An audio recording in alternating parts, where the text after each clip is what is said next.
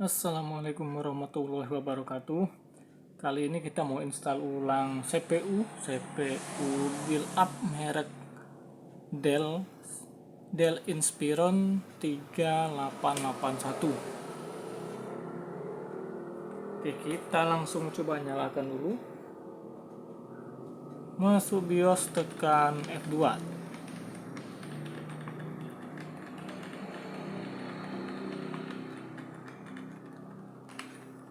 Kita tekan F2. Keyboard not found. Bisa ya, padahal keyboardnya sudah dicolok. Sebentar, saya coba ulangin.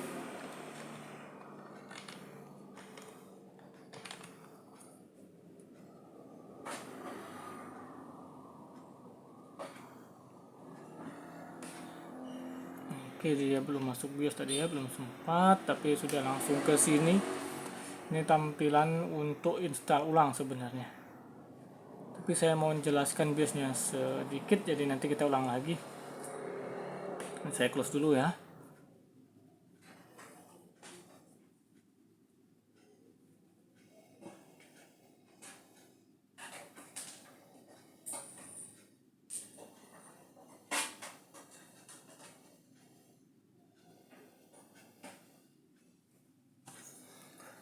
Oke, belum install ulang kita sudah langsung dapat ilmu baru. Jadi tadi BIOSnya keyboardnya itu tidak terdetek ya. Kemudian eh, mouse juga tidak terdetek. Mouse-nya saya gerak-gerakan juga dia tidak terdetek, tidak bisa digerakkan. Ternyata itu masalahnya karena kita colok di USB 3, USB warna biru. Ini sudah saya pindahkan ke USB 2. Ini ya, dianya sekarang sudah terdetek dan keyboardnya juga udah terdetek, itu lampu keyboardnya bisa. Jadi untuk yang mau install CPU ini, pastikan flash disknya dicolok di USB 2 yang warna hitam, di belakang boleh, di depan boleh. Kemudian untuk keyboard mouse-nya juga di USB 2 ya. Ini USB 3 tadi keyboard mouse-nya tidak mau berfungsi. Dan flash disknya ini memang sudah saya colok di USB 2. Kalau install ulang saya biasanya di USB 2 dulu, takut tidak terdetek. Tapi saya baru ketemu yang sekali ini USB 3 ini untuk mouse keyboardnya juga tidak detek. Kita close dulu. Kita coba masuk BIOS dulu ya. Tekan F2, coba BIOSnya.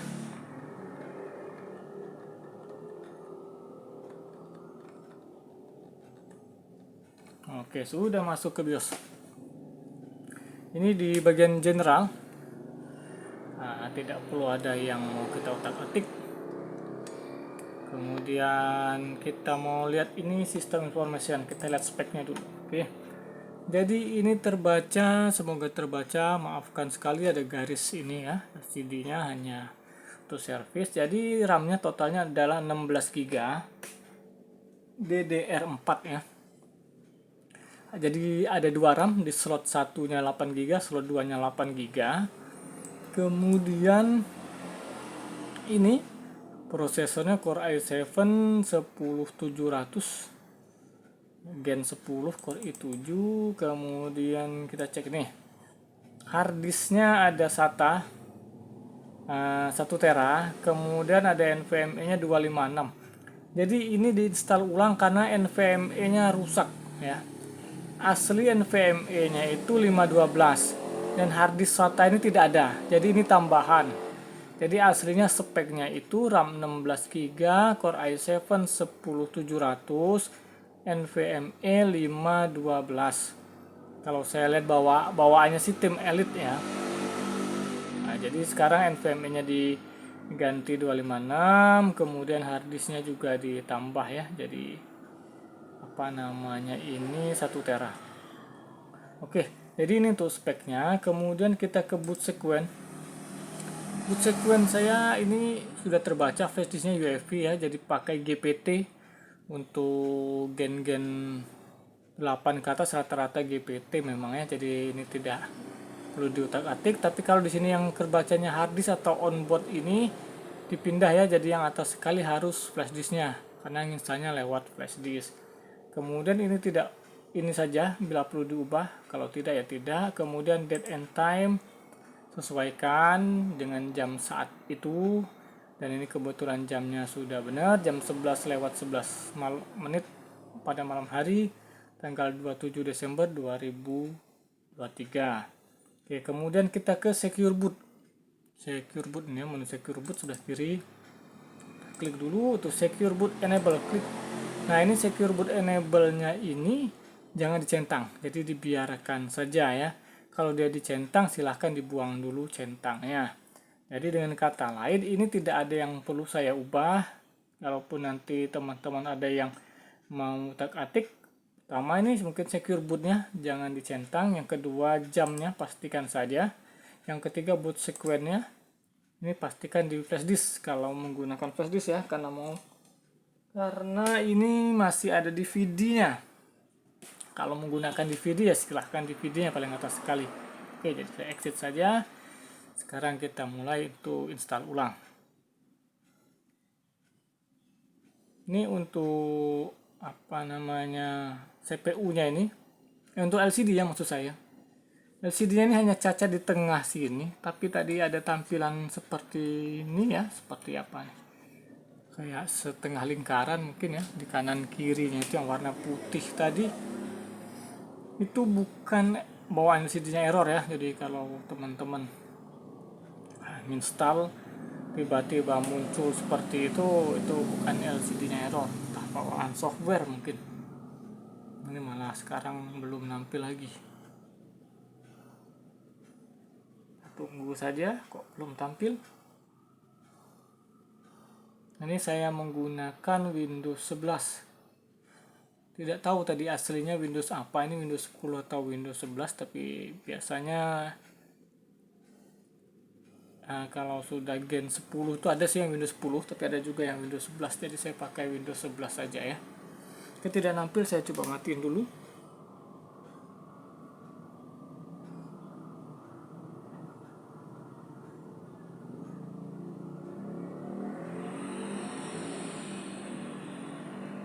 Oke, itu sudah mati. Sekarang kita nyalakan lagi.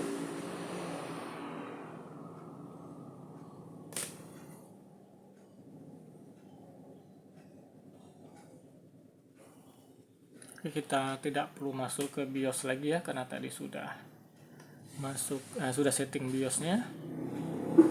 Kita lihat, maka dia nanti langsung masuk ke menu installnya seperti yang awal sekali tadi itu.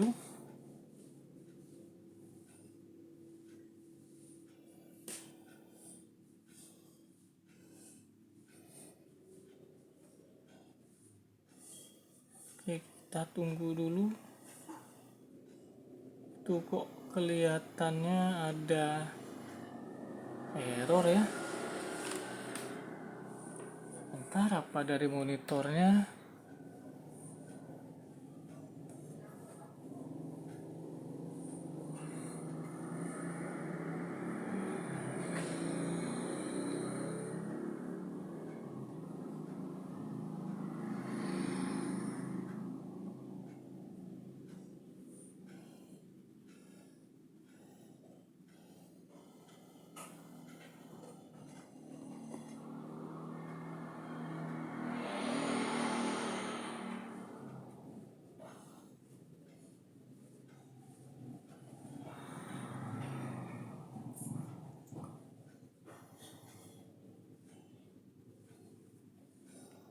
Oke, sepertinya tadi dari konverter ya, konverter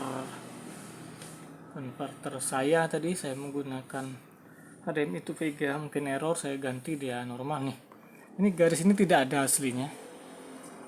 Nah, jadi teman-teman jangan takut kira LCD-nya rusak, tidak ya, tidak rusak. Kalau ingin punya saya memang rusak ya, yang garis ini. Oke, kalau sudah sampai sini kan sudah paham semua, tinggal install ulang. Ini yang tengah-tengah kita pilih Indonesia seperti biasa. Kita next, install now.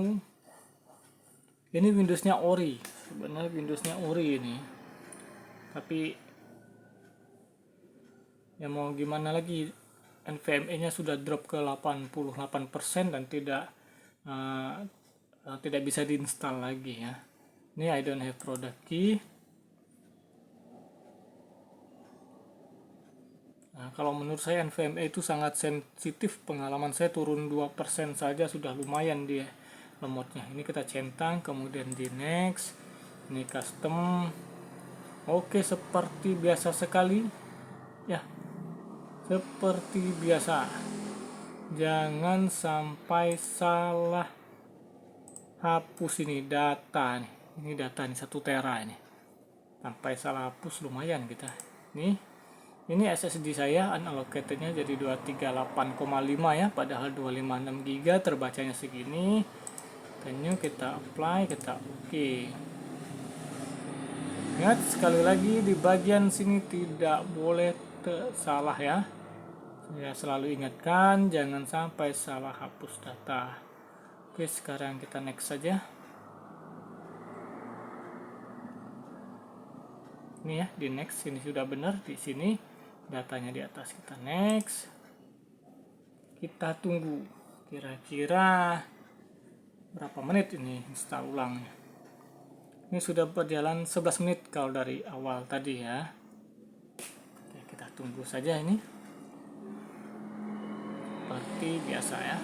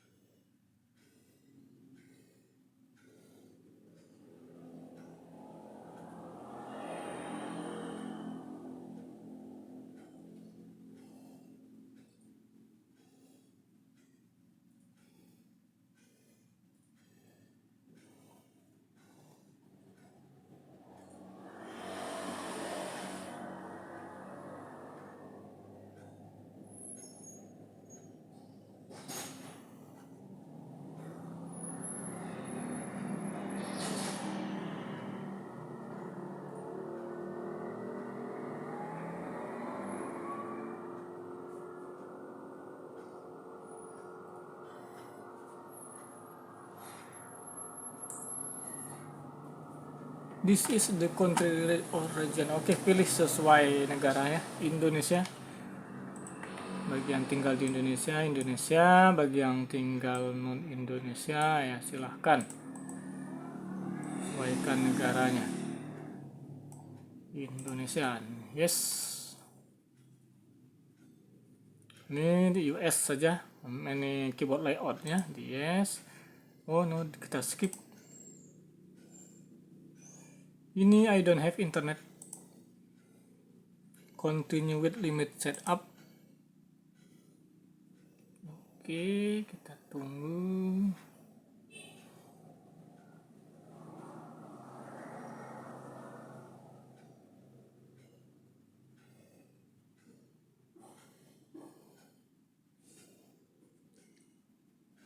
Ini proses installnya dari install tadi ya, bukan dari awal setting BIOS. Ini sudah berjalan hampir 9 menit. Kita lihat masuk desktopnya nanti berapa menit kira-kira.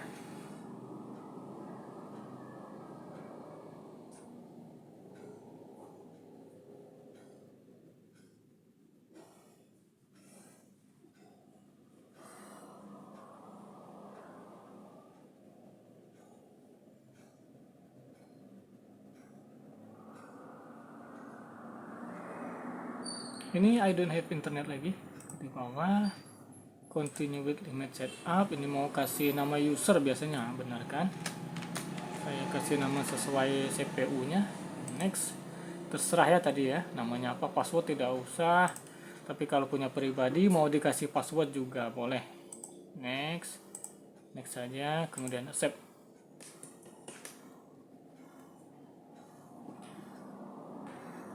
Kalau punya pelanggan ya biarkan pelanggan saja yang kasih passwordnya, karena belum tentu dia juga mau dipakai password. Oke, kita tunggu ini sebentar lagi masuk desktop. Apakah sampai 9 menit ya.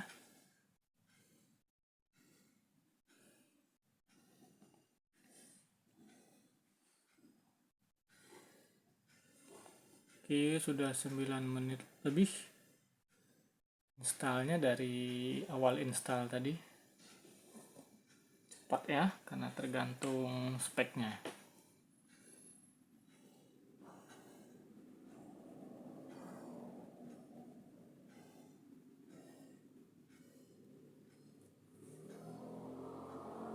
Di sini malah macet, tumben. Oke, kita coba tunggu dulu.